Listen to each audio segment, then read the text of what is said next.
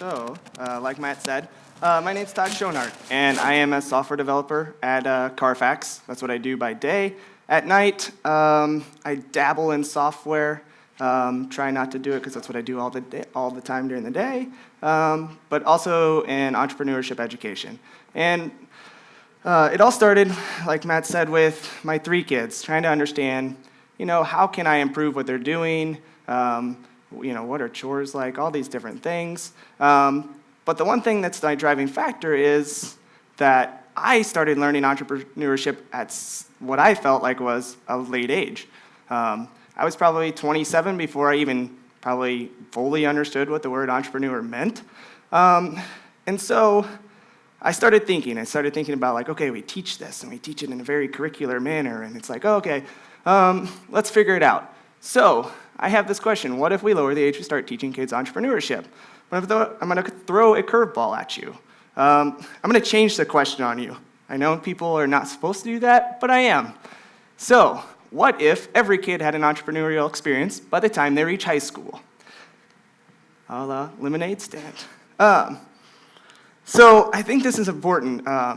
Just in the way we teach it is that it's not necessarily a curriculum. It's not something kids do by reading books. It's not something kids do by filling out homework and all the different things like that.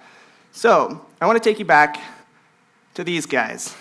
They're inventors in the late 1800s, and they have some attributes and some things I want to point out. Most of them came from low-income families, poorly schooled, mainly because schools were poor at the time.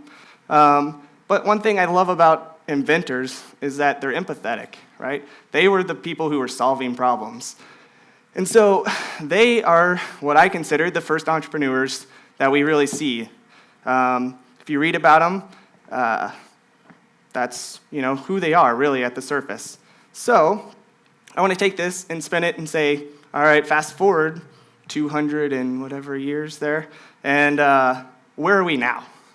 Right? So 2 things I feel. One, school loans. Anybody know what those are, I'm sure? So the high cost of college, what people are doing with it. And then the schooling. It's been the same way for 175 years, so what are we doing to kind of, it was stagnant back then because it was trying to get started, and I feel like it's kind of hit the same point now.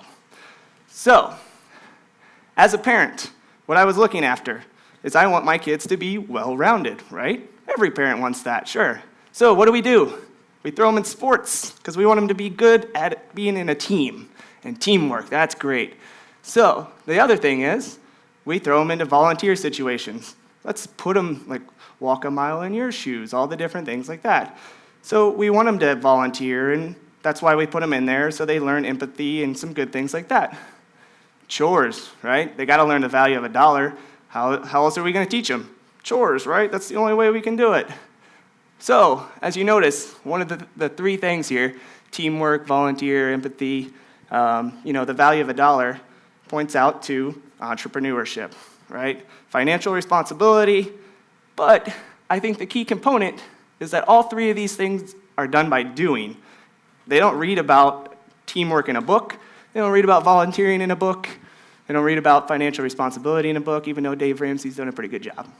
So, next, schools, right? So, 3 subjects. I tell my kids are pretty important, some things they really need to learn. Math, right? Math is something they have to learn. It's the financial responsibility piece. What do you know? Entrepreneurship also teaches that as well. Speech. This is a great one, right? Self-confidence, doing what I'm doing now, right here. When I talk to 5th and 6th graders, they'd faint right here on the stage if we put them in this situation. And I think that's a key component of being an entrepreneur, is having the self-confidence, doing what you guys are doing right here, pushing the boundaries of the way we think. And then science, right? Experimentation, creativity, all the things that go along with science, more at the meta level, right? I'm not talking about, chemistry and mixing different chemicals and things like that. I'm talking about the experimentation, trying to understand, what 2 mixtures are combined to give us the best results. Hypothesis testing. So, really, in closing, what I want to say is that I feel like right now is a perfect time. And the reason I say that is, as being a millennial myself, there's 2 success factors that I've seen that are very, very prominent in people who are successful as a millennial. And they are financial responsibility, figuring out how to pay off those student loans or figuring out how to buy the house or whatever they want to do, and self-confidence. So self-confidence is an interesting one, but we can talk about that later. So entrepreneurship as a parent allows me to make my kid or my kids well-rounded, right? And they could be a good student at the same time. We taught all these things. We encompassed everything right there into being an entrepreneur. What I'm trying to do is push back that age, right? We want to get them in there before they start learning the process of 1st to 2nd grade, 2nd to 3rd grade, 3rd to 4th grade. And my thing is, entrepreneurship augments life. Everything you do and the values that we teach in entrepreneurship augments your life. It invokes the thinking. And I'm not asking for kids to be entrepreneurs. I'm strictly asking them to be instilled with the values of entrepreneurship and, be able to have that open way of thinking. So if they go through the corporate ladder or if they are going to be an entrepreneur, that they have everything they need right then and there, and we do it at the very beginning. That's all I got.